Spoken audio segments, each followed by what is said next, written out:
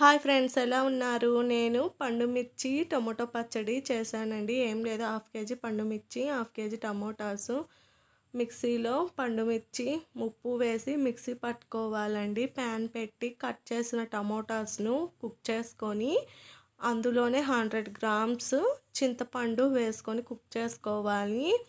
దాన్ని మిక్సీ పట్టుకోవాలి. తర్వాత ముందుగా ప్రిపేర్ చేసిన పండుమిర్చి పేస్ట్ని కూడా వేసి రెండింటిని మిక్సీ పట్టుకోవాలండి. ప్యాన్ పెట్టుకొని ఆయిల్ వేసుకొని అందులో జీరా, ఎండుమిర్చి, వెల్లుల్లి, కరివేపాకు వేసుకొని పోపు వేసుకున్నాక ముందుగా ప్రిపేర్ చేసిన పచ్చడిని అందులో వేసుకోవాలండి. ఇంగువ కొంచెం వేసుకోవాలి. ఆవాలు, మెంతులు దోరగా వేపుకొని దానిని మిక్సీ పట్టుకొని 2 స్పూన్స్ ఆ పొడిని పచ్చడిలో వేసుకోవాలండి.